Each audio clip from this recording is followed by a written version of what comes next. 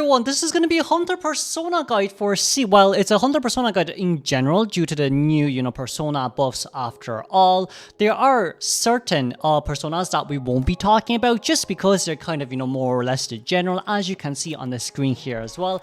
For an example, Rage, Desperate Fight, and Addiction is mainly used up against a big harasser team comp. Like things like these I won't really mention in the video, even Berserker as well, or even Sadist. So just keep it in mind, okay, that these are all very versatile personas that you currently now see on the screen. Throughout this video, I'll be giving you a recommended persona points that you can start off with, and then there will be remaining points left for you to other investing, maybe some other personas that you would like to use as well. But hopefully you'll enjoy this video and you will learn something new, and good luck in Hunter rank. Let's start first with Ember. So this is the persona tree as you can see for Ember. You can run Trump Card Detention on Ember, or if you want to, you can run Insolence Detention on Ember. But of course, it's very important here to also bring Hunt on Ember as well, just because of how good he is and how good Hunt is right now, since it only takes 7 seconds to activate that 10% extra movement speed boost. Overall, if you do run Trump Card Detention, you will have 15 points remaining for any other persona traits you wish to bring, and if you decide to run Insolent Detention, then you have 20 points of persona traits remaining left on your hands to use. Let's go through what you could potentially run on Ember as well.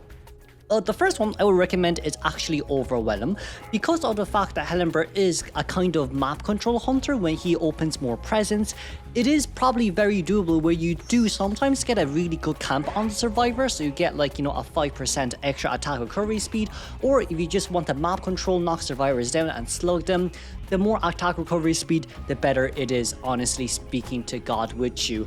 And a lot of the times, right, when survivors come to rescue up against a Ember, they'll get hit, they'll rescue, but Ember will try to get a follow-up hit just for the guaranteed double down, because he does have his stalls to catch up towards the next survivor nearby as well.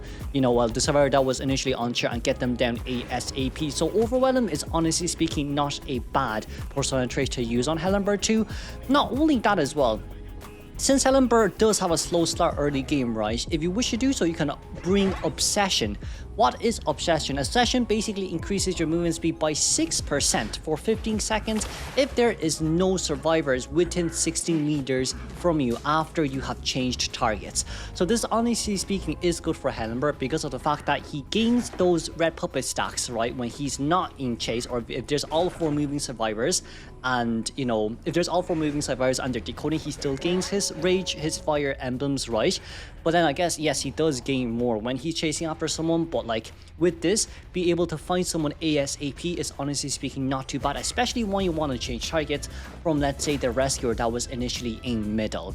And of course, because you want to bring Obsession, sometimes it's not bad to bring Famine alongside with it, because Ember does have quite a slow start early game. If we bring Famine, it's 6% less decoding speed during the first 50 seconds of the match if there are no survivors within 18 meters. This works really well with Obsession. Obsession is 16 meters and Famine is 18 meters, and because how slow of a movement speed hunter that Ember is during the early games, this 6% decoding speed by technicality will help you out quite a lot, especially when you need to stack those fire souls as well to get those red puppets out. And of course, that's not it too. We also do have Vigilance. You can bring Vigilance, and the nice thing about Vigilance is if you actually pair this up with Famine, usually right, because of the fact that you won't be able to get the first hit on towards the survivor ASAP unless they give you an option, you usually have to blink the survivor for the first hit. Right, so 60 seconds in towards the game, you blink the survivor for the first hit, you decide not to use your embers at all. Per each Cypher Machine pop, you'll get a 6% increased movement speed and then 15% increased padded destroying speed, and this can be stacked, and it's a total of 10 seconds by the way. So basically, if you pair this up with Hunt, it's a 16% extra movement speed BTW. So sometimes you don't even need to use extra items to actually get survivors down. You can save those embers for chair camp, which is why I kind of do like Vigilance quite a lot on Ember too. Not only that as well, right, Claustrophobia also really works really well on Ember, especially when you want to play that end game chase. If there's 3 survivors left on the field, Cypher Machine decoding progress is now 15% slower, which kind of makes it easier for Ember to have you know, a better end game in which he does have more time to kind of deploy dolls down and just start camping each gate trying to find someone to knock them down. So claustrophobia is kind of one of those persona traits that will be able to help Ember when it comes to end game map control, potentially looking for a win.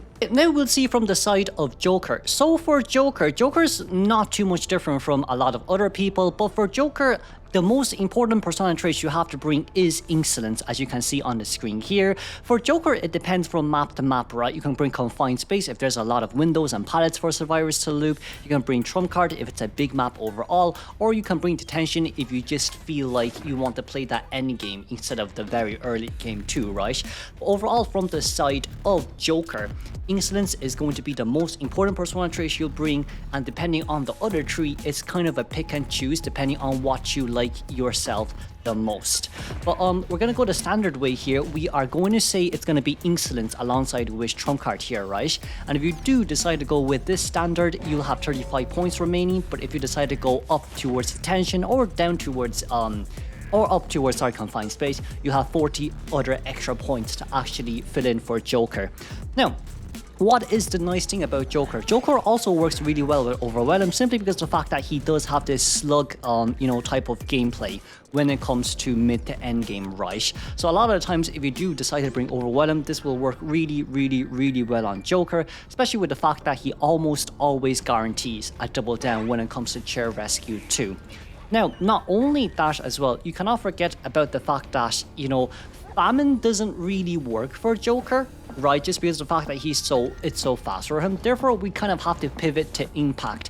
Impact has been buffed a lot, right? And like, if you do decide to run Impact, it's a 40% extra healing time, as excluding the self-healing time itself, right? And this is for a normal attack. So if Joker normal attacks alongside with Showerhead, they have an even longer healing time when you want to try to heal the survivors, or if the survivors want to try heal each other. So like, it just makes it so much harder for survivors to actually get healed on time and then maybe come and look for you. But like, overall from the side of Joker, the best thing for him, from what I would say, is actually just Overwhelmed alongside with Impact, if we exclude what I said at the start of this video as well during the intro about, you know, personas that work well with all hunters. If you haven't seen the intro, please go there and view it, so then you know what I'm talking about. But for Joker, that's honestly it for him. Now let's look at Gamekeeper. So for Gamekeeper, this should usually be your standard persona you should be running. For Gamekeeper, Trump Card Detention is very important on his side, and of course Panic as well, as we said at the start of the video too. But what are options for Gamekeeper? Option number one for me on the side of Gamekeeper is actually Exhibitionist. The reason why I think Exhibitionist is very important is because usually when you hook the survivor, they would try to flywheel your initial next hit.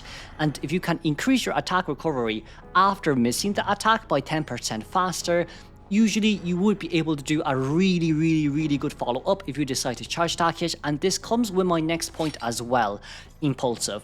Impulsive, with the increased 8% movement speed boost when using charge attack hits, works really well alongside with Exhibitionist. If the survivor flywheels your hit and then you recover 10% faster, if you charge attack hit with 8% extra movement speed, usually you'd be able to catch up towards the survivor pretty darn fast, to be honest with you as well, right? So overall, I think Impulsive and Exhibitionist works really well together. Also, at the same time, Impact is a very nice trait here from the side of Gamekeeper, and why is that? Impact, because of the increased healing speed to a maximum of 40% and a minimum of 20%, this is good, right? Because usually you'd hook the survivor to get the chip hit, and then you'd hit him immediately, so you're almost always guaranteed a hit on towards the survivor, a normal hit on towards the survivor when, you know, you hook them, unless they flywheel.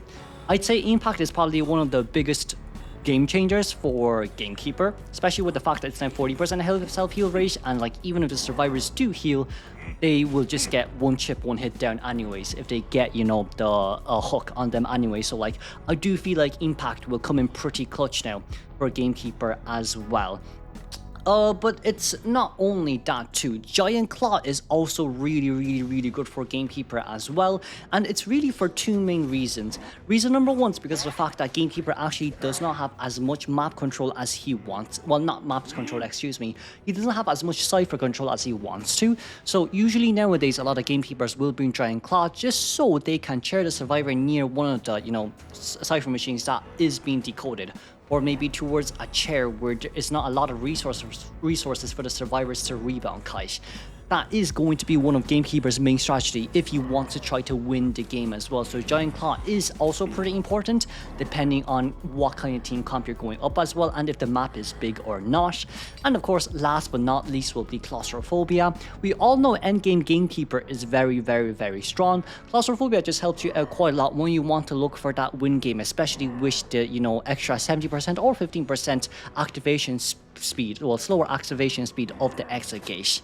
And I would say Gamekeeper benefits a lot from this, especially when on small maps, when he has map control, because if he has infinite hooks to traverse across the map really fast. Next time will be Ripper. So for Ripper, it's the same as usual. Trauma Detention alongside with Panic here as well would be kind of your main focus points, and then you have 40 remaining points in which you can stack whatever you want. But of course, what are my recommendations usually? For Ripper, we'll talk about quite a lot here, but the first one will actually be Overwhelm. Overwhelm just because of the fact that you can double down survivors really fast, especially with his recent update as well, being able to chip survivors and then easily damage them as well, create fog paths to cash towards them ASAP. And because of the fact that you brought Overwhelm anyways, Impulsive also isn't bad too if you want to try to charge attack to get your 8% movement speed boost and to hit the survivor ASAP during that fog patch as well. What would I not recommend? And of course, sorry, just one last thing. Claustrophobia also works really well for Ripper as well, because he does have map control, he does have fast movement speed when he's got a max presence open. So like, Claustrophobia for endgame, honestly speaking, isn't too bad at all. But what would be my non-recommendations if you're going to play Ripper from Persona Point, I guess would be the right way to say, because this is important as well. The first one will actually be Hunt. I don't necessarily think Ripper needs to run Hunt, especially with the fact that he gets movement speed during the fog path anyways, during the chip fogs, the freezing fog. So I usually don't recommend Hunt. I also don't recommend Giant Claw, because like, even if you reduce a survivor's struggling speed, you can just create a fog path, throw it down, and then gain movement speed while there is a survivor, while you're kind of ballooning a survivor as well. So like, I just feel like Giant Claw is kind of useless too. And then last but not least, Impact. Impact is pretty bad on Ripper as well, because most of the times you're landing a Foggy Blade attack, you're landing a Freezy Fog attack on the survivors. You wouldn't necessarily say use Impact all the time. Like, maybe sometimes when the rescuer comes into rescue, then that's fair enough. But like, if you're really gonna run Impact, I suggest just having one sack and not a Soul Weaver. For Soul Weaver, it's actually a little bit different as well, but this should be the Persona points you should always run for Soul Weaver, and you'll have a remaining of 30 extra points that you can stack onto whatever you want to stack on. Let me just explain why we really want Famine and Obsession on Soul Weaver. So Obsession is good because usually Soul Weaver needs to stack as much webs early game as possible, right? So usually what you want to do is you want to go towards middle, look for the rescuer nearby, and then leave the rescuer, get that 6% movement speed boost to find your next survivor within 16 meters that you actually want to chase. Okay, so that's what Obsession is necessary for Soul Weaver. And then of course for Famine, it's the same thing. You're stacking webs early game. You don't want the survivors to cipher rush your early game. You want that 6% decoding debuff until you find a survivor that you actually want to chase. And probably by the time you find a survivor you want to chase, you will probably have 60 stacks of web threats, in which it will guarantee you a very fast early first hit, and survivor doesn't have too much decoding progress on their cipher machines, which is pretty nice as well. There's not too much from the side of Soul Weaver that is kind of recommended, aside from the normal Persona trace that works well with other hunters. But if you want to, you can try running Overwhelm with Soul Weaver, because she does have a double knockdown potential. She does have fast attack recovery speed if she has triple webs on her as well. So overall, this isn't too bad on her, but it's very situational. It's not something I would recommend unless like you're a really good Soul Weaver, or they come and basically harass the heck out of you like mid game. It's a team comp that's like that. My next recommendation is actually Exhibitionist, because of the fact that you increase attack recovery speed by 10% after missing an attack. This is good when it comes to Soul Weaver with triple stacks as well, because this just means that your attack recovery speed is basically as fast as Opera Singer. And if you have 3 stacks, even though the Survivor drops on the pallet, you're going to be able to get the hit on towards them anyways, right? So that's kind of why I do like Exhibitionist on Soul Weaver, especially, you know, after the recent persona adjustments as well. I don't think it's necessarily speaking too bad, or if you wish to do so, Vigilance isn't a bad persona trait to use on her as well. Like 6% movement speed boost per 10 seconds and pallet destroying speed by 15% when each Cypher Machine pops is nice as well. So like, in one sense, it's like 6% extra movement speed boost sometimes just means that you don't need to use extra web threads to get the survivors down, right? So like, in one sense, this also is kind of a backup plan for Soul Weaver if she uses all her web threads and she has no blink left to use, or even if she uses all her web threads, got a hit, but does not have enough speed or distance to catch up towards the survivor to blink them down. This usually would come in pretty clutch for Soul Weaver, especially when you need a guaranteed tie or you're in a promotional match. I think Vigilance is very, very good. Geisha will actually be quite simple. You're going to have to run Trumpet Attention alongside with Panic and Impulsive here, as you can see on the screen as well. Aside from all the persona that runs well with all hunters and depending on different situations, there are 2 recommendations I can give you guys. The first one is, if you want, Impact, honestly speaking, is really good on Geisha now, right? Especially with the fact that all her ability hits are from basic attacks. So like, if you hit them once, 20, 30, 40% increased healing time. If you hit them, and like, not only that as well, like if the rescuer comes rescue and they want to rescue again after Titan has run out, they can't really come in on time because it's a 20% extra increased healing time. Unless there's a doctor on the field as well, right? So like, realistically speaking, Impact now would work really, really well on Geisha. You can just bring 1 stack of this and it probably will be more than enough for you. Like 20% is a lot of time wasted too, right? And not only that as well, like Geisha is a, you know, fast chase type hunter too, so realistically speaking, like by the time you check, you can go out to look for the survivors again and they're probably still healing after all. Very similar to Gamekeeper's hypothetical situation, Giant Claw also works really well for Geisha, especially with the fact that she does indeed not have any Cypher control. So survivors can Cypher Rush her, so you sometimes would like to have Giant Claw in order to kind of help you out just that little bit, to cheer closely towards that you know, Cypher Machine that has been decoded, just to slow down the Cypher Machine progress just by a tiny bit more. Okay, next will be Woo. So for Wu Chan, look, for Wu Chan, right, the kind of, if you're new to Woo, I would recommend Insolence Detention, and then alongside with the other small parts of the persona points here, as you can see as well. But you can run Confined Space Detention, Trump Card Detention, just whatever you honestly speaking prefer, and what your level of Wu Chan you are at currently, right? But for newbies, I'd recommend Insolence Detention alongside with Impulsive Panic and Constrain, just for a little bit more of a slower decoding progress early game, 1 Cypher Mission to be locked, Overwhelm to get you more attack recovery, and Impulsive for the speed as well, right? But what are the other options there are aside from the main traits that helps out with other hunters? What you can do with Wu actually now is to run Hunt on them. Since Wu-chan a lot of the times, right, you don't necessarily speaking have to break pallets if it's a short form pallet, especially on, you know, Blackguard as well. I think Hunt works really well with Blackguard too. His attack speed is fast, and if he can get a 10% extra movement speed boost after 7 seconds of chase without any interactables, I think that's just a plus. I genuinely do think that's just a plus, right? So I do think Hunt works well on Wu, especially after Hunt's buff now as well. Next part about Wu-chan is also, of course, just Impact. Impact overall, because he is a hit type hunter, so he can only damage with basic hits, so like Hunt will always be beautifully used on Wu-chan too. Next will actually be Vigilance.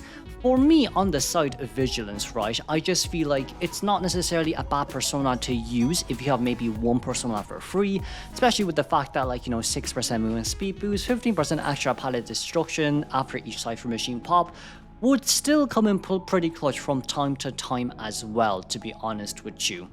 So like this works with White Guard, Black Guard, regardless of what, you know, form you're in, Vigilance just works really well for Wu-chan. And of course, last but not least, claustrophobia, just for that endgame map control when you want to get, you know, more than a tie, a 3-man elimination, or a 4-man elimination, or, you know, if you're just kind of suffering a little bit with survival, where the 4-man endgame, at least Cypher Machine decoding progress is, no, Exegate decoding progress is still 15% slower because there's still 3 survivors alive, right? Then next will be Joseph. Joseph is quite straightforward. You run Trump card Confined Space alongside with Max Berserker, Wished Overwhelm, just so he gets really fast attack recovery speed, and you run Famine and Obsession with him as well. Famine works really well with Joseph because if he hits survivors or is within survivors 80-meter range in Photo World, this basically does not proc. So this basically just does not like activate at all. Just saying, right? Like this doesn't deactivate, so it'll always be 6% no matter what happens if you're within an 80-meter radius. But like in order to kind of counter this, survivor needs to go into Photo World and kind of chase after Joseph, so then there is no 6% like decoding speed reduced. But that simply just means that you've one less survivor decoding and only 3 survivors out there decoding too. And not only that as well, right? Even if the survivor is near you, you can kind of look for a double down scenario, or if you find a survivor that is chasing after you, even better, there's nothing they can do anyways. Right, but usually for Joseph, this should be the way you should run your persona. And of course, you'll only have 5 extra points remaining, right? So if you want to, you can run Impulsive for extra movement speed for charge attack.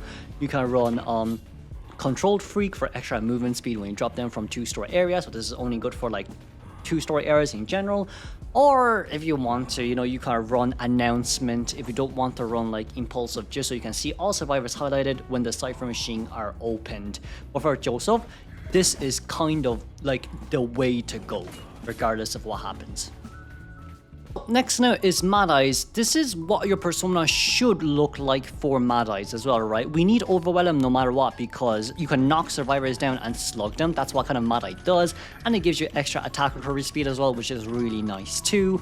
Famine works really well on Mad Eyes as well, just because if he's not near the survivor and controlling his consoles, it's just 6% less decoding speed early game for the first 50 seconds, so it's kind of a no-brainer on that point, right?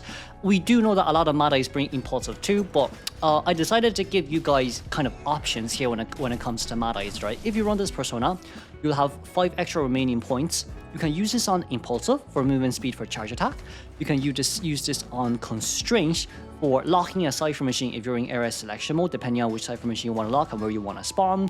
And there also is Control Freak, in which you gain movement speed boost after dropping them from 2-story areas. So this is only good for, you know, maps with 2-story areas. And last but not least, Berserker.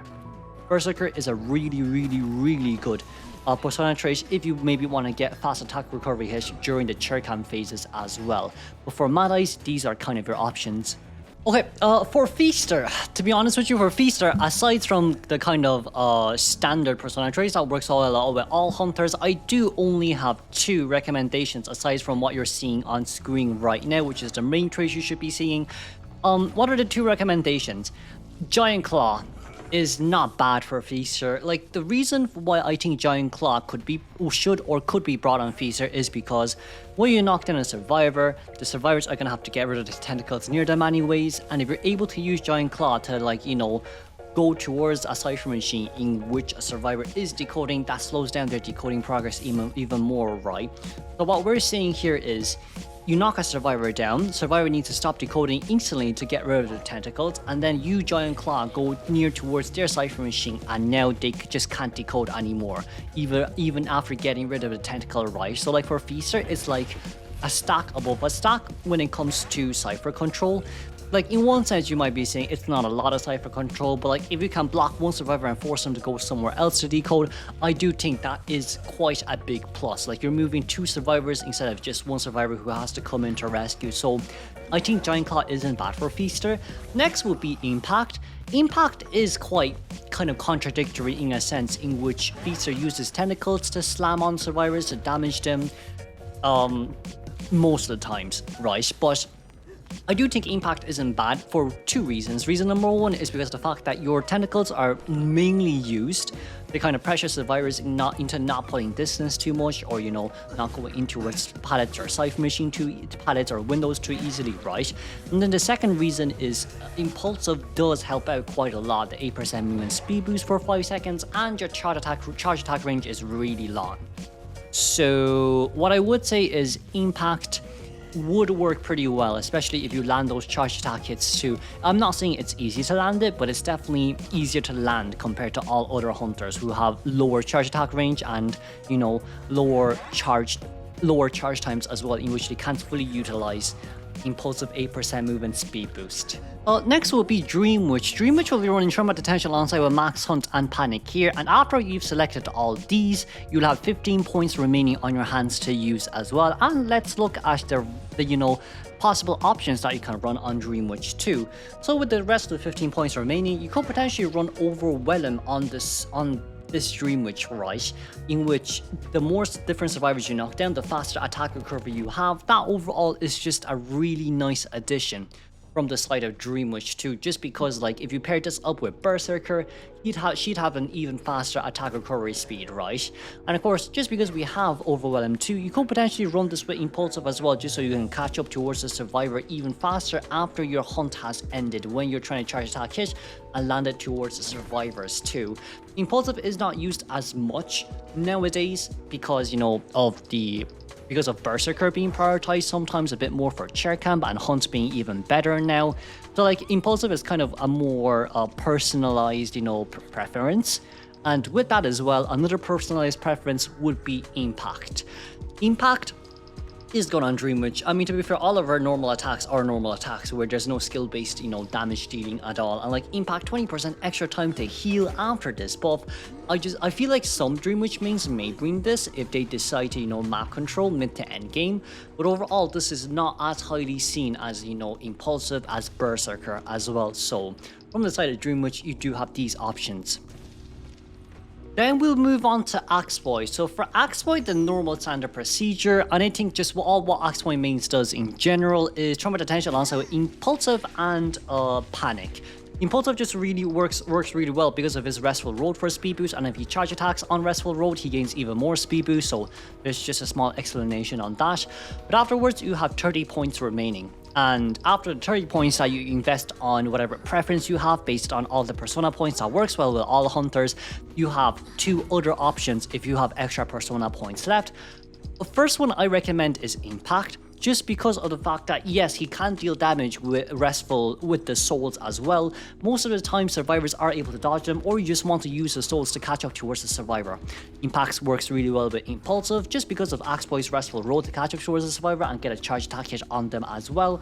And not only that too, Famine. I think Famine isn't bad for Axeboy because he doesn't really have movement speed early game. He needs to look for survivors in order to kind of see whether or not they can, you know, Axeboy can chase after them. And with Famine, it just gives Axeboy a bit of more opportunity to target change if he feels like he's not doing well initially, right?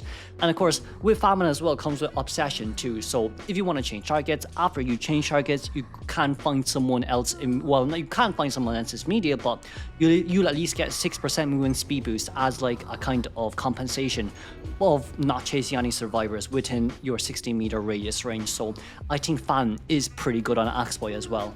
You will have Lucino. So for Lizard is pretty easy to say as well. You're gonna have to run Trauma Detention with Impulsive, Panic, and of course Control Freak.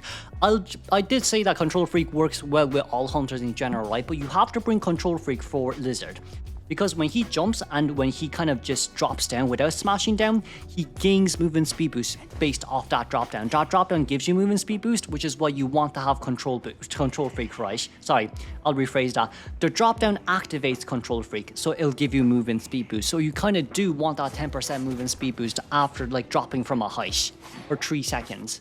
This works really well on Lucino, so this is what I'd recommend. You have 20 points remaining. After putting whatever preference you have on all the persona that works well with all hunters, you have a few other options at hand. The first one would actually be Impact. Impact works well because you can double hit survivors if they're coming in for chair rescues. Yes, they're They're self-healing while Impact has been reduced, but like we still increased the time to heal like to heal the survivor after they've been healed, after they've like gotten healed from the incap state, right? So like impact, honestly speaking, isn't too bad, especially with the fact that Lucino doesn't really always rely on that smash now to deal damage. It's usually his basic hits that are 70% of the time, and then 30% of the time is the smash now to deal damage, right? So I do think impact works really well on Lucino. Not only that as well, from the side of Lucino, I do think it's okay for Lucci to bring Famine. Just because of the fact that he does still need to regain some type of energy charge early game, so like it depends on like the team comp as well you're going up against, right? If you feel like you're going up against a really hard team comp and you may need to kind of look around, scout for survivors you want to chase, Famine isn't too bad, because usually you want to have as much energy charges as possible, so you can use your skills and get that survivor down ASAP after the first hit and the blink down. So Famine, honestly speaking, isn't too bad as well when it comes to one of my recommendations. And last but not least, might seem a bit weird, I have seen a lot of Lucino mains using Giant Claw. And I think from the side of Giant Claw, it kind of does make sense, because if the survivor is still decoding while you kind of bring them towards a chair near that cipher machine, you can jump, crash down, or just drop down and get an instant hit on the towards the survivor, right? So like for Giant Claw, it's not only for map control, it's not only for cipher control, but also for map control as well, to deal damage on towards the survivors too. And that's that for Lucino. Okay, let's look at Bloody Queen. So this is the usual persona I should run for Bloody Queen. Trouble Attention alongside with Claustrophobia and Panic. Now, if you do have extra remaining points after you've put in, you know, your Berserker, your Control Freak, you have three options, right? Option number one is Claustrophobia. Depending on whether you think or not the team is going to be able to have a good endgame or a bad endgame, Claustrophobia could potentially help you out quite a lot, especially when it comes to guaranteeing ties. This is especially not bad as well when going up against double decoder team comps. The second option you actually have is Hunt. Donex himself has used Hunt quite a lot on Bloody Queen, and especially after Hunt's buff where it's only 7 seconds during chase, you get movement speed boost and ball team boost. I do think it works really well with BQ, because like if you think about it, right, BQ's mirror cooldown is 15 seconds, and it's even longer if you already landed the first mirror but you have to swap over instantly as well, right? So I do think Hunt isn't a bad option. 10% movement speed boost is really good on her. And then last but not least, I guess just impact, because BQ mainly focuses on not on normal hits, because like her mirror hit is considered a normal hit as well, so impact wouldn't work too bad, honestly speaking. From this, for guard 26, it's the same thing as BQ, trump card detention alongside with whatever else you want to apply onto it as well. However, before we move on towards the extra personas that you could potentially invest in, you can run basically anything with Bonbon, right? Don't get me wrong. You can run Insolence Detention, you can run Insolence Trump Card, you can run Insolence Confined Space. For Bonbon, a lot of the times it is more a personal preference for his persona build, depending on what you want to go as well. You see a lot of people not willing to run Detention initially, just because he's a chip hunter, but from what I would probably say is, if you're a beginner and you're new at playing Bonbon, Detention isn't a bad persona to pick initially speaking, but if you have played Bonbon for a long time, it's okay not to bring Detention if you do feel confident as well. But for Bonbon, you do have quite a lot of options. We'll go through the options that are more kind of recommended from my point of view. I personally speaking think that Famine should be your very first option when playing Bonbon, especially with the fact that if you go against like distance pulling characters such as a Mercenary Forward, Aeroplanist Patient, Weeping Clown, etc., like Famine just slows down the decoding speed by quite a lot, and it will help you to prevent yourself from getting Cypher Rushes too. So for me, Famine is kind of one of those persona traits in which you definitely could bring if you want to. The second one is actually Vigilance as well. Vigilance is a little bit similar to a lot of the other hunters that we've recommended Vigilance to as well. I do think it's more or less just sometimes early game you might spam your bombs a bit too much, and you're not able to catch up towards the survivors because of your short feet. If you did bring Control Freak and you have like 5 extra persona points to spare, I do think Vigilance isn't such a bad idea, especially with the fact that just because like that extra speed boost, pallet breaking definitely can help you out quite a lot, especially when it comes to chase, and especially when you just want to guarantee the tie game. You know, with chair cam vigilance helps you get someone down just when 3 cipher machines popped. It overall, honestly speaking, isn't too bad. The next part on Bonbon, from my point of view, I'll be honest with you, is I personally think Overwhelm shouldn't be like your priority. Overwhelm is kind of just there if you want to, if you have 5 extra points and you're like, oh, you know, I don't know where else to put it on, I'll put it on Overwhelm anyway. The reason why I don't recommend Overwhelm too much, but you could use it, right, is because of the fact that like Bonbon's a slow chase type hunter, so like at most you're only chasing 1 survivor at a time. Only times where you will get 2 survivors down at the same time is your chair camp, and that is still going to be very rare, especially with a case that you have Mercenary, you have Gamekeeper, you have like who else? You have Journalist, Weeping Clown as well that can get towards the chair ASAP. So like it will be really rare for you to actually need Overwhelm, but it is still there for you just in case you need it as well. Okay, for Disciple and usually I go Trump card Detention, but Detention is kind of the main one you should be focusing on, excuse me. If you want it as well, right, you can run Insolence Detention. Insolence works really well if you want to bring Warp and just Warp all the way through. If you don't like using Blink at all, especially when you get your cats on and it's an instant stun, that kind of works like Blink anyways, right? Or you can go Confined Space Detention as well. For Anne, it's very flexible.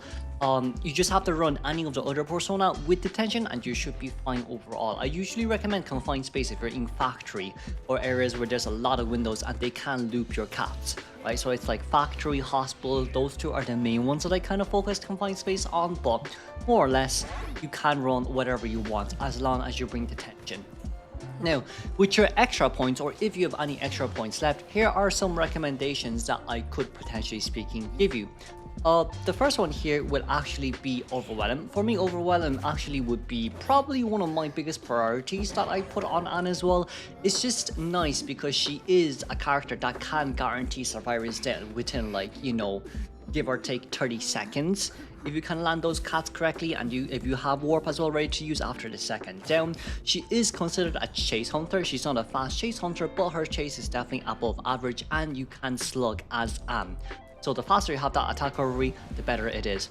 Overwhelm can also stack really fast as well because she does have really strong chair camp compared similar to Bonbon. And you know, it's also with the fact that like you have so many ways to kind of get as much downs as possible. Overwhelm kind of just can't really be overlooked. This kind of comes in with the fact that Impulsive also works really well with Anne too. We have seen a lot of Impulsive Annes because of her charge attack hit 2s, right? It's more or less just quality of life from the side of Anne, honestly speaking with you. It is really more or less just quality of life for Anne. You get a speed boost for charge attack and you're able to guarantee a hit on your survivors. Overall for me, that isn't too bad. Now, if you did decide to bring a Control Freak and you're like, what if the survivors kites me for 3 cipher machines because they're all distance pulling and there's only 1 warp? You could potentially speaking bring Vigilance as well. Vigilance is very similar to Bonbon too, right? It's just that extra movement speed and pallet breaking speed, especially as Anne as well, will help you out quite a lot, especially when it comes to closing the distance with the cats, breaking the pallet after you kind of get a stun and yada yada who's. But I do think, right, Vigilance isn't bad for Anne, but this is something a lot of Anne mains would have to test around with, and this is something which is kind of like you will probably need to run Vigilance if it's a really hard type of team comp to go after it, especially when you're playing Anne as well. Another thing which we will put emphasis on is actually destructiveness. Destructiveness is good, right? Especially with the fact that like if you don't bring it, usually when you stun the survivor and they're over the other side of the pallet and the pallet has been dropped down, they will be able to recover on time before you're able to hit them. So like there is potential for a flywheel. If you're scared of pallet camping, if you're scared of like pallet spamming, or if you're just scared of survivor flying your hits after you break the pallet in general, I do think destructiveness is nice. Usually I would bring it, but it's not a necessity. And I do see that some Annes, or like I think probably 40% of Annes, don't really bring this fast pallet breaking persona. But it is still there for you to use if you wish to use those too. The next one here will be actually Sadist. I think Sadist isn't bad for Anne. Like 9% speeding up the rocket chair countdown, especially when it comes to her camp. This works really well with her, right? Just because of the fact that like her camp is, I would dare to say that her camp is probably easier than Bonbon's, which is why like I recommend Sadist more. Bonbon needs more like chase. But for Anne, she does have chase, so like she can put a little bit more into her chair camp if she needs to do so too. And this is good for team comps that don't really have rescuers as well. It's rare to see this actually being used like nicely in higher tiers, but it is still there for you if you wish to use so as well. And of course, I guess last but not least, Impact isn't overall bad as well. Right, Impact is just Impact at the end of the day. We won't have to explain it too much, but Impact is there for you if you need it. Okay, so for Violinist, this is basically the persona you will run every single game. And I'm going to put my foot down here. You will have to run this persona every single game. This is kind of what I would say the best startup, because you have 20 points remaining to invest.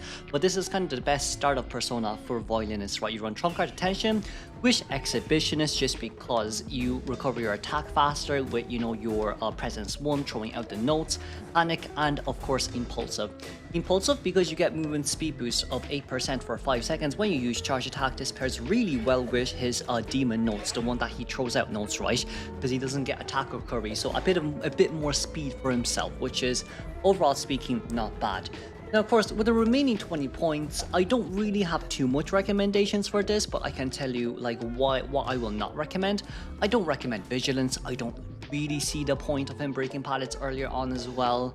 I just don't see it being very too applicable for him, right? It does work time to time, but it's rare that it actually works.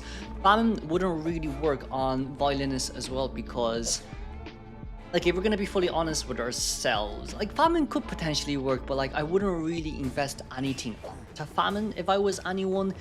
If I really want to invest in something, it will probably be Giant Claw, just because like you want to lock a Cypher Machine, and then you want to throw out your Demon Notes to slow down the Cypher Machine even more.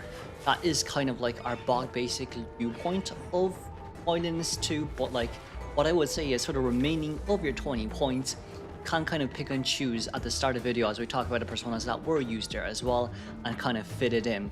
Now, if you want to, I do think Destructiveness isn't bad on Violinist, but once again, it depends map by map basis. Like I can't, like this one here is kind of like your starting guide. This persona is your starting guide for Violinist, and everything else is kind of based on what you prefer and the in-game scenarios too. Sculptor, you don't look. Sculptor is similar to Bonbon as well, very flexible on persona and pages too, right? But for beginners, I'd recommend Trump Card Attention. Like mainly for beginners, I recommend Trump Card Attention. Like you can kind of run whatever you want on Sculptor as well, right? As a Sculptor main for 4 years, Panic is Panic and an Inertia, the attack recovery speed, and just Panic with 3% decoding speed reduction and interaction speed reduction is kind of what I would be looking at. Like it's just, you know, 15 points invested out of 115, but you can run anything on Gala in general. For Sculptor, let's talk about the potentials that she can run. Sculptor can run Overwhelm, and I do think Overwhelm on Sculptor isn't too bad, but if you do bring Overwhelm, usually I'd recommend you bring Insolence as well. It's because of the fact that when Sculptor does have her Chisel, she can throw the Chisel out to get chips onto the survivors, and if you knock them down, that's 5% extra increase on attack recovery. That's just pretty nice. It's like you can hit survivors, knock them down remotely, and also gain benefits from it. I personally think Overwhelm isn't such a bad pick as well. Now, if you do choose Overwhelm and you have extra points to spare, you can potentially speaking run Impulsive. I personally don't really recommend Impulsive on Gala, because it's rare for you to actually see Impulsive working properly. You probably rather invest it somewhere else, for example, a Wanted Order, or just like fast pallet breaking. But like if you feel like, hey, I know how to use her Charge Attack here properly, or if you feel like, hey, this is a distance pulling team comp, so I would like to have a little bit more speed boost when I try bait out the flywheel, sure, Impulsive isn't a bad idea if you think like you can apply it properly. Right, so like Impulsive is there for you if you wish to use so. Next part for Gala is actually claustrophobia. Gala with claustrophobia is really good. You rarely see me bring claustrophobia. It's just because of the fact that I use Chisel to kind of chair camp to slow down the not chair camp, sorry, the Cypher camp, not Cypher camp, Exegate camp, just so I can slow down the Exegate decoding progress. But claustrophobia is really good for Sculptor. Right, you have 70% slow decoding, 15% slow decoding, and there's only 3 survivors on the map. And with the Chisel as well, it's just more pressure endgame from the survivor side. So I would say claustrophobia isn't a bad option if you wish to invest and if you have Control Freak on your hand as well. Then moving towards the confined space persona, a lot of the times, sometimes I would invest 1 or 2 stacks or 3 stacks on towards destructiveness. Just because of the fact that Gala is really afraid of pallet spamming. And when we say afraid of pallet spamming, it's the fact that the moment they drop down the pallet and they pull distance away, while you're breaking the pallet, you're kind of screwed just because she's no chase at all, right? And early game, no presence, it just hurts you even more. Like depending on the team comp, depending on the map you're on, if there's a lot of pallet, I would recommend destructiveness. Just like, you know, pallet spamming can kind of always guarantee you a tie game. Well, guarantee the survivors a tie game, not you by the way, not you, but like it can always guarantee survivors a tie game, so you don't want to end up in that loophole, unfortunately speaking. For Sculptor as well, because she's a slow chase hunter, you can run Famine if you wish to do so. Famine isn't a bad option, especially when it comes to trying to find targets and when it comes to all survivors just pulling so much distance away from you. It is just kind of annoying. You don't want to Cypher rush them while you know, like they're hiding away from you, wasting time. You would like to activate that 6% decoding speed deduction from the survivor side. So overall, not a bad option too. From the side of Sculptor, I wouldn't recommend Giant Club, but I would recommend bringing Sadis. I don't bring Sadis much, right? But Sadis is there if you want a bit of a stronger chair camp. Her chair camp is also really good as well, similar to Bonbon, similar to Anne. I would recommend if you like chair camping a bit more. But for me, myself, I kind of use the persona points that works on all hunters, as I explained in the start of the video as well. I kind of just invest here and there depending on the situation of the game, but more or less, that's that for Gala. Okay, next will be Percy. Percy has to bring confined space. Just let me explain first, right? You're gonna get looped by a single window forever and ever the end, especially against really good survivors too. If you don't bring confined space, it's just hard for you to get a survivor down fast. Right, for Percy, he gets countered by looping, so you want to force survivors out of areas where they can loop. Which is why I feel like confined space is a necessity. You might think destructiveness is not good, but look, it's good. Because sometimes you don't want to have 50 plus presence because you want to save your dashes for later on. So like destructiveness coming into, overall not too bad. Then you'll have impulsive. Impulsive is a must for Percy. I think we all know why, just because of how long his charge attack kit is. So we would also like all those extra speed boosts, right? But this is kind of the basic start of the persona you should run. And then right after you invest all your other points, depending on what you like to do, here are some other options as well that I personally recommend quite a bit. First one is actually claustrophobia. If you did bring Control Freak, claustrophobia is overall not a bad choice as well. And like especially after claustrophobia buff as well, where there's 3 survivors remaining on the field, Exegate being opened 15% lower. It just means you can always guarantee a tie with claustrophobia, and I just feel like that is overall way better. Next one will actually be Street Sweeper. So for Street Sweeper, the nice thing about this is that when you're near the survivors, it will reveal that where they are being healed or who are healing them. So it'll reveal like either the survivor that's on the ground, or it will reveal the survivors that's healing the other survivor that was on the ground.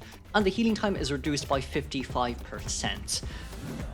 This overall, like, look, you won't be using Street Sweeper that often. However, what I will probably say is like when you need to camp the last survivor and they're at like 99 and someone's coming in to heal them, you probably would like to have this, especially when you reduce the healing time by 25%, especially after survivor on the ground used up their self heal. This just means that you can double hit the survivor instantly, and if they want the body block, I don't think they can. It's going to be a little bit harder. Like, they can still body block, yes, but they can't pull distance away from you So I do think Street Sweeper overall isn't that bad on Percy now. The next one is actually Impact. I personally liked Impact quite a lot. You can run like 2 stacks or 3 stacks of Impact if you wish to do so. But the reason why I like Impact a lot is because like all of Percy's damage are mainly normal attacks. It's rare to get double dashes down onto yours survivors. That's kind of rare, but like you will at least guarantee like 1 normal hit around like 60% of the time, if we're going to be honest with ourselves, and especially from Percy mains too. 60% of the times you're going to use your basic hit to hit the survivors. Especially in high tier as well, when they know how to dodge, you're going to be using it too, right? And like increasing the healing time of normal attack by 20, 30, 40% after such a big buff. With this, it takes them even longer to heal. So like if you're on the other side of the map and they got healed, the location gets exposed, you can just catch up towards them ASAP and they probably wouldn't be healed to 100%. Like they wouldn't be healed to max health. It just kind of hurts them a little bit as well, and it wastes their time too, like the healer's time and the survivors that was kind of getting healed as well. So I really do recommend Impact on Percy if you want to try Impact on Percy. But I would say, right, those two are kind of those 3 are kind of the main ones I would be looking at if you have extra points to invest. Then we'll have Breaking Wheel. For Breaking Wheel, Insolence is a must most of the times, unless you're professional players like GG Saw M. But I would kind of recommend Insolence trump card. Breaking Wheel is one of those, honestly, right? Breaking Wheel is one of those hunters that can use whatever persona you want to use on him. But once again, you need to have Panic, you need to have Overwhelm. The reason why Overwhelm is so good on Breaking Wheel is because he focuses on slugging mid to end game after getting 1 survivor eliminated. That is what Breaking Wheel is used for, right? So like Overwhelm is kind of a no-brainer from his side. You don't really see people bring Impulsive on Breaking Wheel, so like that it is still an option, but would I recommend it much? No, not really. I don't think you need Impulsive, especially with the fact that like your traps are faster and you can land the trap and hit them afterwards, or even snap them later on. But Impulsive is still an option, just low priority on my list. But then what else can you really use for Breaking Wheel? Here are some options. Impact is overall not too bad on Breaking Wheel, especially with the fact that first chase you're gonna have to hit the survivor anyways. Rescue, you're gonna have to hit the survivors anyways. Second chase, unless they've already got half health and 2 spikes on them and you spike them down, then I guess that's a little bit different, right? Then I guess fair enough. And then, next persona point would be Claustrophobia. Claustrophobia is just brilliant on, you know, I think Claustrophobia is a no-brainer most of the time, depending on the team comp on the map, right? It's just, if you brought Control Freak and you 5 extra points, you can just put it on Claustrophobia. Like, it's a really nice persona trait, especially with the fact that if you brought Trump card, you can get a survivor down, peepers down, and then go straight towards the other gate. 15% slow decoding when there's only 3 survivors left on the map unless they get downed.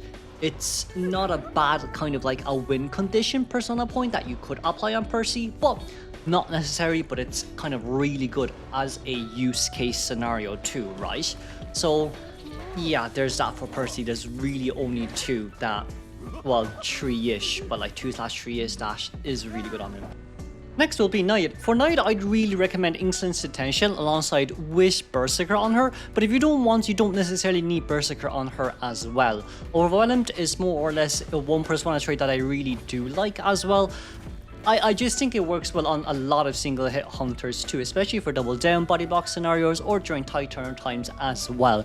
Then after this you have 35 persona points remaining, and of course after inputting in all your kind of personas that are good on all hunters, versatile personas, you could potentially speaking invest in, let's say if you do have enough, it's not bad to actually go into destructiveness, because of the fact that, look, her pallet breaking speed is pretty slow. Usually you would like to catch up towards her pretty fast, and sometimes when survivor do drop down pallets, it's to kind of stop you from entering ASAP, or even to get away from you, you know, with the knee-jerk reflex, right? So for me, destructiveness is not a necessity, but if you really don't like pallets, if you feel like you're wasting a lot of time breaking pallets, and if you feel like most of the time you're throwing your harpoons to catch up to survivors instead of making puddles, this isn't necessarily a bad trait to use if you just want to, you know, get the chase going and get them down ASAP, and, you know, just to prevent as much pallet breaking time as possible.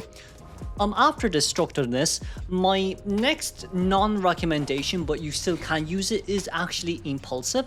Impulsive is not recommended in a sense that, like, you can still use it, right? But it's just most of the time, Naiad mains will be, catching up fast anyways with their harpoon, so you don't necessarily speaking need that extra movement speed boost after she's gotten her harpoon back. So for me, impulsive, you can bring it, but it's not a huge necessity. On the other hand, yes, Control Freak is still good, so Control Freak can still be an option for you. On my next side note, I kind of recommend Hunter's Instinct quite a lot if you do have quite a bit of personas remaining on your hands to use, simply because of the fact that A, you can try a harpoon, look down, catch up towards the survivors ASAP just to get that really good, puddle made, and then B, 2% extra movement speed boost when you're not chasing after someone. That's basically just you looking down, pretending you don't see anyone right in front of you, and this skill just activates 24/7, unless of course someone gets in, well, unless you unlock tier 1 or someone gets injured, then it'll be decreased by a little bit. But I do really like Hunter's Instincts quite a lot. Once Daughter is also one of those kind of personas that do work well on Naiad, just because if it goes on towards the rescuer, you kind of have a nice time of getting a really big puddle, knowing where they are, and potentially speaking getting a really nice double down. Then of course you'll have Impact. Impact, more or less, at the end of the day, still good on very good single hunters, very good on chair camp as well, and just for normal chase for Naiad too. From the side of Naiad, Giant Claw isn't necessarily too bad. Now, she gets 6% permanent per second moisture on survivor, 6% permanent right per second when you have someone in basement.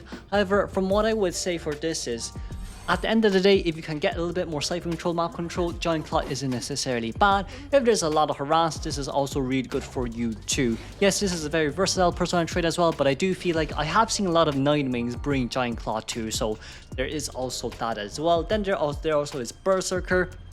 I'm recommending these quite a lot, just because Naiad has fast attack recovery speed. If you can stack this well, we're overwhelmed. Potentially speaking, end game, when you hit someone down at half health as they come in for rescue, you can get that attack recovery speed really fast and force them to fail rescue too. But that's that for Naiad.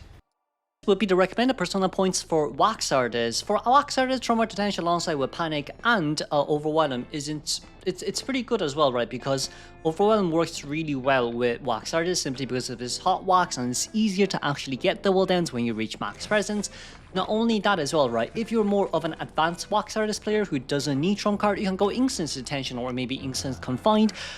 Detention really isn't a necessity when it comes to Wax Artist because of his double hit potential. However, once again, not all of us, well, maybe from NAU side, not all of us have green pin, so we can't really do the trick properly. And maybe from Southeast Asia side, all of you have green pin, or most of you have green pin anyway, so like you don't necessarily need detention. But most of the times, this is what I would recommend to beginners. Now, of course, you'd have 35 points remaining if you do invest in your points like this. What I would recommend for Wax Artist actually is Famine. Famine is really good on Wax Artist just because he's a slow moving hunter, and if you do decide to bring Warp on Wax Artist, like you can kind of roam around a little bit, lock Cypher machines, and then wait for Warp to re-ready to get enough wax on towards the survivors, and then hit them, and then wax them down instantly when it reaches 100, and then double hit down instantly, right? Not only that as well, I just feel like Famine is just really good on Wax Artist. Not only do you lock Cypher machines, you also slow down the decoding progress by 6%. It just works really well on him. Not only that too, from the side of Wax Artists, it's kind of well, it's not necessary for you to bring Rage, but usually a lot of pro Wax Artists would bring one stack of Rage just because Wax Artist also has an innate 10% recovery speed after being stunned. So a lot of the times Wax Artist mains don't really necessarily speaking need to bring Addiction, but you can still bring it if you feel like there is a lot of harassers on the team, like Enchantress, like Forward, etc, etc. Of course, this kind of goes hand in hand with Giant Claw as well. I don't really recommend bringing it, but if you want to, it's also there too, just to slow down the decoding progress if there is a lot of harassers. Of course, Control Freak being Control Freak, at the end of the day, it's recommended to everyone. Well, right, so I don't even know why I'm saying this when I said already early game. One of the things I really like about Wax Artist is that I really recommend Wanted Order. Wanted Order is just really good, especially when it comes to rescuers coming to rescue, so you know where to wax them, especially when it comes to just whoever comes to into rescue first after all. From the side of Wanted Order 2, it's kind of a really nice guaranteed double hit type of potential pick, but it just depends person to person. Impact, at the end of the day, yes, you're going to have the normal hit to be able to get your first presence, so there's that too. And destructiveness, a lot of times Waxer's mains do bring at least 1 or 2 stack of destructiveness, just because, right, usually when you stun the character, when you stun the survivor and they drop the pallet down, if you don't bring this, they have enough time to kind of recover just on time. Right after you break the pallet, they recover from their stun. Waxer's mains bring these just so you can avoid those situations. For NightWatch, this is what I would recommend trying to attention alongside with Royal and Panic and Wanted Order. Now, Wanted Order is not a necessity, but I do really like Wanted Order a lot on NightWatch, just because when you, not NightWatch, sorry, Nightmare, just because when you get someone on chair, Wanted Order will pop on towards one of the survivors, and then you can throw crows towards another cipher machine, in which another survivor is decoding, right? So like, from the side of why do I keep saying NightWatch? From the side of Nightmare, it's just a very nice kind of map control type of scenario that you can play with him, but no, you don't necessarily speaking need Wanted Order. And of course, if you decide not to bring Wanted Order, you have 35 points remaining in which you can pick and choose whatever you like. But here are some of my recommendations.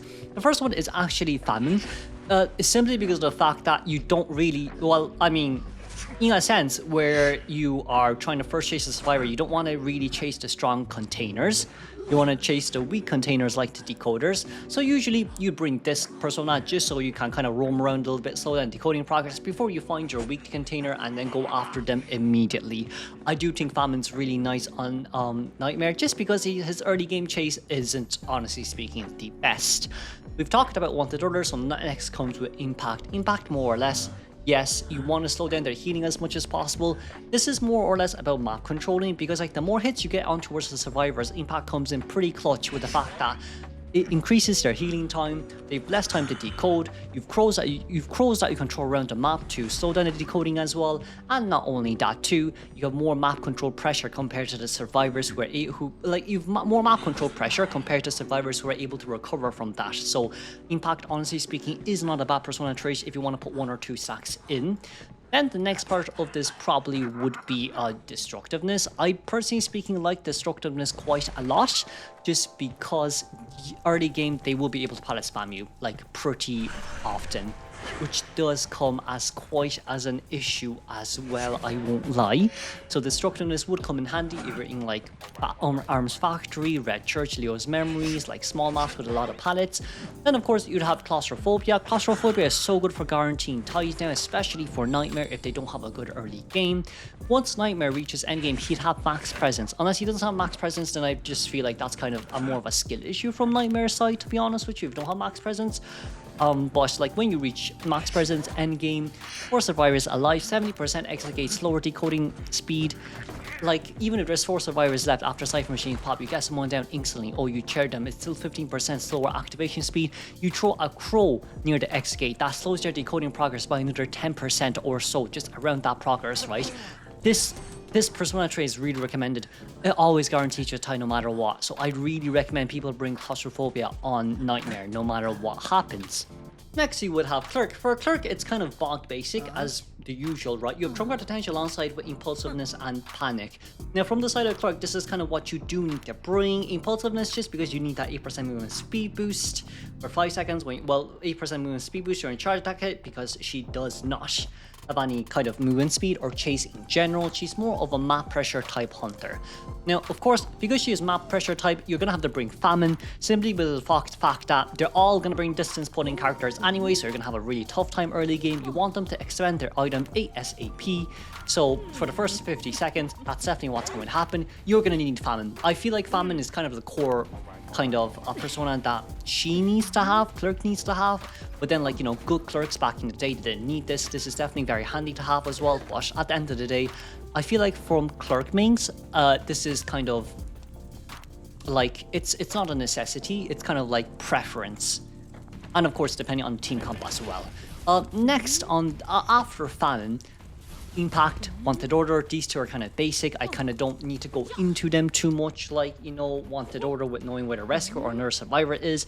And she has her Inspector as well to lock Cypher Machines after you share someone, so it's okay. Her main damage potentials are from normal hits, so this is where kind of Impacts comes into clutch pretty much. And, you know, right after that as well, you could bring Claustrophobia too. I feel like Claustrophobia works really well on her. Only issue with her on Claustrophobia is that compared to Nightmare, she does not have a lot of, you know, movement speed, chase speed, so she's gonna have to get someone down ASAP during, you know, the locks, or potentially speaking, if there's a 4-man endgame, she doesn't need to use her, you know, she doesn't necessarily speaking need to use her scrolls on the gate. She can use it on the survivors she's chasing, get them down, and then scroll the gate, and then lock the gate afterwards. I think this is kind of one of more the basic plans for Clerk as well. Like, it's more or less a really solid plan for her. And of course, you'd have Berserker, you'd have Rage if you necessarily need to, you have Addiction as well. But aside from that, I do think Destructiveness comes in pretty clutch. If you can have a few stacks of Destructiveness, it is really nice. But like, if you only have one stack of Destructiveness, I just feel like it's a little bit worthless, because you don't need Wither, right? So like, Destructiveness only comes in if you can have 2 to 3 stacks. If it's only 1 stack, I don't recommend you getting it. I recommend you putting it on Claustrophobia or something. But Destructiveness is needed just because sometimes you can't really get the scrolls on towards the survivors. You do need that fast pillar breaking. You really need that fast pillar breaking. So for Hermit, this is kind of more or less the recommended persona traits that I would give you. Instant detention with Overwhelmed, Famine, and of course Panic. Now, Famine is very important on Hermit just because he doesn't have any chase early game, so you do want to slow down their decoding progress if you've no one to chase, and if you're connecting cipher machines. That also is a plus on that side as well. Look, Overwhelmed on Hermit, we all know why. You can simultaneously lock down 2/3 survivors at the same time, so we would like to have Overwhelmed, and then just Panic being panicked is pretty nice as well. Instance is important on him. I feel like if you don't bring Instance, you're just not going to be able to open your presence as fast, get damage on survivors as fast. So for beginners, this is more or less recommended.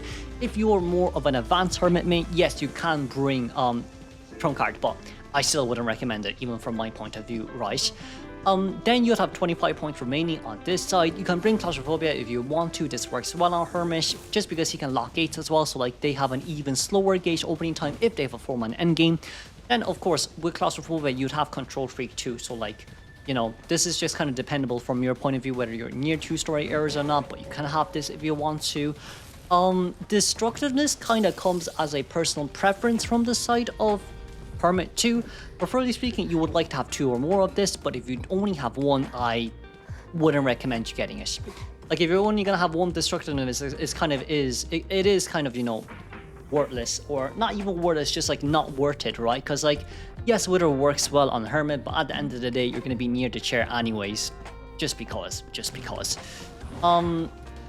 Berserker being Berserker, it works a lot of times. You can bring Wanted Order if you want. It's not, you know, you don't need to bring it, but like, it's nice if it goes on a rescuer who's coming in to rescue, so you can maybe double a hit when they come in. You can maybe pair this up with Wither really well as well, but it's not necessary, but you can bring it. For me, Impact isn't bad. Impact is really good on Hermit, just because on the skill descriptions it says that they will share Hermit's normal hit damage, so I'm assuming that this also is considered for his self-nemesis damage sharing, that this will come into effect, Impact. But unless it says otherwise, then, you know, oh well, you can have a think about it yourself. And that's that for Hermit. Oh yeah, actually there's one more, Impulsive.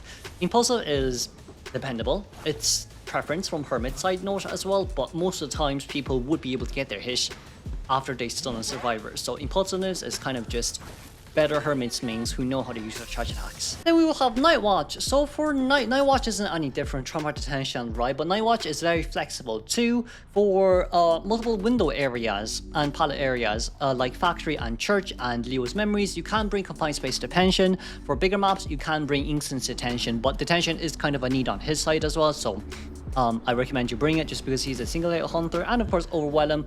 Overwhelm is really good on NightWatch because his attack recovery speed is really fast as well compared to Naiad. If you just have Overwhelmed on him, his attack recovery speed when you map control is absolutely insane. You recover so fast. Pairing this up with Berserker, I don't think anyone can rescue after the 2nd or 3rd chair or for endgame. So like, it's really strong on on NightWatch. So for NightWatch, I recommend you bring Famine just because its early game chase is very slow as well. So having this slow debuff and being able to stack up your energy charges to find a survivor you want to chase, Famine is really good on NightWatch as well. Then of course comes in with the Impulsive. Impulsive is a preference from the side of a lot of NightWatch mains. His charge attack is pretty long as well, so like this does come in pretty nicely for him too. Then you would have Impact. Impact isn't bad overall, a really good well-rounded type of persona trace that you can bring. Then of course if you want Claustrophobia is also nice as well, just because he has very fast chase. His map control might not be the best just because his dashes is not really that long, but like this is still really nice when it comes to maybe buying time for trump card to be ready for teleport towards the early gate for map control, etc, etc. Then of course you would probably lastly have Wanted Order, which is also a preference as well, but you know, depends on everyone else too. Then Destructiveness, just because you would like to break a lot of pallets in a lot of pallet breaking areas like factory and church, but like this is optional that you can bring, but usually if you're in like church, hospital, factory or Leo's Memories, I recommend you bring this alongside with Confined Space of course, but that's up to you. Next will be Opera Singer. Opera Singer is kind of normal, basic. Trauma Detention alongside with Overwhelm and Panic. For recommended personas, right, aside from all the versatile ones that can be used, which I'm going to exclude for this one, in a lot of pro scenes, you're going to have to see a lot of destructiveness being brought from the side of Opera Singer as well. Destructiveness, it's just because her pallet breaking speed is really long. Unless you're okay with this, then you don't necessarily need to bring this. By the way, I wouldn't say it's a necessity for you to bring, but if you don't bring Destructiveness, you can invest this into Berserker, in which your attack speed is really fast, in which this stacks really well with Overwhelm as well, or maybe you can put this into Impulsive too. Impulsive just because the extra movement speed boost during that charge attack, and Opera Singer's charge attack is really long as well, so, and of course she is fast as well too, right, and after her dashes, she charge attacks even more speed to catch up towards the survivors. There's that honestly for her. There's not much really to say for Opera Singer just because she's very straightforward, but this will be kind of the recommended personas that we will give you. Next you will have is Fool's Gold. Fool's Gold goes with Trump Card Detention alongside with Panic and Impulsiveness, which also stacks up with Overwhelm as well. Then for the recommended personas, after you use all the versatile personas, I would kind of recommend Claustrophobia just in case you're stuck in a really hard scenario where there's 4 survivors endgame. If you can slow down the Cypher Machine, let the XK by 70%, get survivors down, XK is slowed by another 15%, I don't necessarily think that's bad for 2 reasons.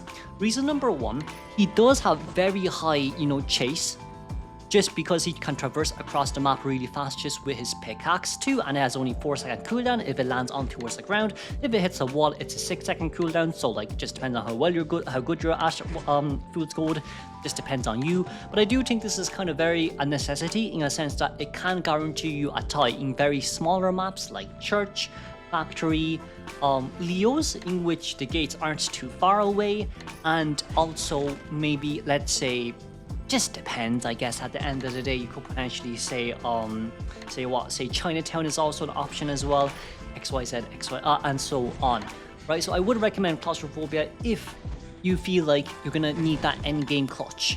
Now, of course, from the side of Fool's Gold, Destructiveness is a persona that a lot of people will bring just because his pallet breaking speed is very slow, and usually it's that one pallet that he has to break no matter what the situation is. Even if he puts his, breakable walls nearby, sometimes survivors are just too good, or they have items to get away from that area too. So Destructiveness kind of isn't a bad persona trait that you want to bring on him as well. Aside from all that, I would say last one would be Berserker for 2 reasons. Reason number 1, Fool's Gold can push breakable walls near the chair, in which if he goes outside to hit the survivors, his attack recovery speed is fast. He can immediately get his pickaxe ready and then throw it on towards the chair, in which it denies the survivor from rescuing. So the survivor is at half health, he throws the pickaxe on towards the chair, he dashes in, cancels the first rescue, and then so the rescuer can't rescue anymore, which does comes off as quite a big issue, right? So like that's kind of where Fool's Gold main chair camp is coming from, which is him going outside, finding where the survivor is, and then hitting them, and then throwing your pickaxe And this kind of does tie in with Wanted Order as well, in which this does work sometimes. You know, it's a 33% chance it goes on towards the survivor that is coming in to rescue, but Wanted Order can pair up really well with Berserker when it comes to that chair control, chair camp. Then you would have Ivy as your next hunter. Ivy instance detention alongside with Max Hunt and Overwhelmed alongside with Panic. Overwhelmed is a necessity because she can get double down, especially from mid to end game map controls or even chair camp for the first chair. Hunt has just been significantly buffed, so like window vaulting speed being increased is kind of crazy, especially on the side of Ivy as well when her window vaulting speed is slow. So I recommend you need to bring this on Ivy no matter what. But of course, after you put all this in towards your persona points, you have 15 points remaining on your hands to use. Now, how would you invest in these 15 points? First and foremost, claustrophobia is really good if you want to have that end game control. Then you would be able to put this on maybe Berserker just for a faster attack recovery speed. But of course, if you don't value attack recovery speed, that's also okay too. But this usually comes in clutch when you want to maybe double hit survivors that did come in to rescue and then chase after the one that has been just rescued. Right, so Berserker is also not bad too. Then you have Impulsive just for a little bit more of a chase potential, especially after you want to perform a basic hit and Hunt has dissipated or being cancelled out. This 8% extra movement speed boost does come in pretty clutch as well. And then another potential is also Impact too, just because of how strong this is as well. Now, I don't really know about Famine, whether Famine works on survivors that are not near you, depending on, you know, the Phantom State. If Phantom State doesn't deactivate this, you can bring this as well, but I'm not really too sure on this side. So for all you Ivy mains, you're gonna have to give this a try yourself. So for Goatman, this is what I would recommend you to bring. You can bring Trauma Detention alongside with Impulsive, that goes with Overwhelm as well, Panic and Famine. Famine is very important just because you do have to spend time early game rolling around a little bit and then wait for your resentment to stack before you can chase any survivors. So like, this does come in really well, 6% extra, reduced decoding speed for the survivor side. And of course, Impulsive, just being impulsive, you do need this extra movement speed boost within your cage as well to hit survivors. Right, just because you don't have your dash back first presence, so I do think this is a necessity from your point of view to kind of guarantee or just to be extra safe on that hit on towards survivors. And then Overwhelmed, just being overwhelmed, increases your attack recovery speed, you know the drill. Then afterwards, you can bring Berserker if you want to, just faster attack recovery speed. You can bring Destructiveness if you want to, just because of pallet spamming, something that a Goatman could be afraid of. Then of course, Wanted Order as well does come in clutch as well. This is because you want to prevent the rescuer from coming to rescue or get a double down on the rescuer. And then of course, there's also Impact that also comes in pretty impactful too. Your basic hits or normal hits, self-healing time increase is really nice as well. Then of course there's the last option of Claustrophobia if you feel like you need that endgame more. You need endgame a little bit more, because like usually when you bring this, you'd be like, okay, there's going to be 4 survivors endgame, I'm going to wait for as much resentment as possible, so when they rescue I can instant hit survivors down and then use my cages to go towards the other exit gate, where the exit gate opening speed is already 70 or 15% slower, which kind of can guarantee you a tie. Okay, for Hullabaloo, second last one, we're going to recommend you with Insolence trump card here alongside with Panic and Exhibitionist. You should not bring Inertia on this hunter just because he does not have an attack recovery speed, but he does have an attack recovery miss speed. So this is where kind of Exhibitionist comes into play, right? So you do have to bring this no matter what. We'll move on immediately towards kind of recommended persona. So after you bring this, you have 35 points remaining. Oh, by the way, I forgot to say, you can bring Detention if you want to, but that's more of a high tier thing for beginners. I recommend Trump card and, of course, Insolence. But for now, this is what you should bring. In towards the higher tiers, you can bring Detention if you want to. What are the recommended personas that you can bring? First one is definitely Claustrophobia, just because he has less map control now because of his reduced dashes. This does come in pretty nice to play, especially when it's about a guarantee tie scenario, or even just a guarantee, you know, win scenario. Like sometimes this can come in pretty clutch for the win, but it just depends from person to person. Then of course next it will be destructiveness. Destructiveness is really good on him just because you need to wait for instants to be ready. Survivors pallet spamming you sometimes, and you need to break the pallets fast to catch up towards them and hit them, which is pretty nice as well. So destructiveness is there just in case you need all of that. Then of course wanted order, just so you can throw out your clones really far away from you to get extra hits on towards the survivor. Stacks on towards survivors first, and then hit them maybe twice when they come into a rescue. And then of course there's also impact as well, just because all his hits are basic hits, so there you go for that. If you want, 2 options, not recommended, but you can bring. First one is impulsive. Charge attack hits from the side of Hullabaloo, extra movement speed boost is nice. And then you'll have Giant Claw, which is basically a little bit more cipher / map control, just because Hullabaloo doesn't really have it aside from his clones, but it just depends from person to person, and you usually use those clones for double hitting the rescuer, right? So like there's this option if you want a bit more map control, but it's not really something I recommend just because you move pretty fast anyway, so I don't think you need this. Unless you're against harassers, then that's different. Next is Peddler. Well, Peddler is going to be our last hunter, and as a Peddler main, well, I've been playing Peddler quite a lot in high tiers as well, so I can't say I'm a Peddler main, but as someone who's been playing Peddler in high tiers over 50 games, this is your personas that I think should be kind of brought, mainly Trauma Detention alongside with Panic. For your recommended personas after using all versatile personas, I'd highly recommend Destructiveness, just because her pallet breaking speed is really slow. Like, you don't need to bring Destructiveness because her kit kind of allows you to go past walls and all that, but like, at the end of the day, sometimes I feel like it's probably better for you to bring Destructiveness, just because in some maps there's really a lot of pallets, so it is what it is. It really is what it is, right? Then the next recommended persona is actually Claustrophobia, just because, right, she does have very fast chase speed because of her vines. Now, whether her vines or not land on towards the survivor is another kind of issue at hand, but she does traverse across the map really fast because of her vines, so like Claustrophobia comes in really clutch, guaranteed ties at times, so I'd recommend this as well.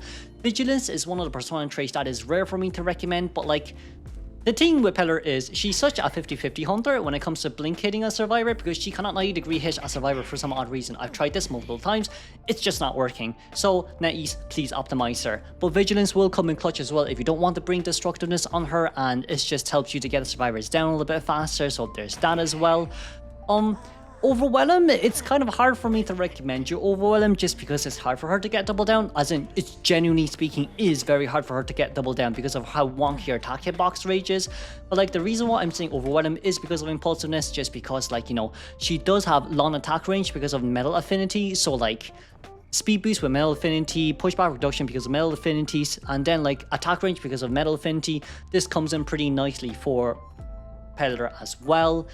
Then you'd kind of say, hey, impact, just because you'd usually use your basic hit on survivors to get them down. Now, she does have chip damage, but that's also a 50-50 whether you can land it or not, so there's usually that issue as well. And then, of course, wanted order, you usually like to get a hit on survivors who's a little bit further away from the chair, and then vine your way in for a double hit scenario.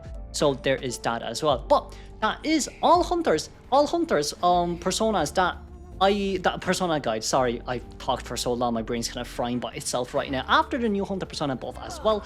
Hopefully you guys enjoyed this. If you do, leave a like, leave a comment. You can kind of rebuttal me down in the comments below as well. I wouldn't really mind. It probably would change my opinions as well, because I'm quite sure there is probably some where I am lacking information too. But I do look forward to the A badge, S badge mains that will correct me. I recommend you to do that so as well. But hopefully you guys enjoy this video. I'll see y'all for the survivors that I'm dreading to do.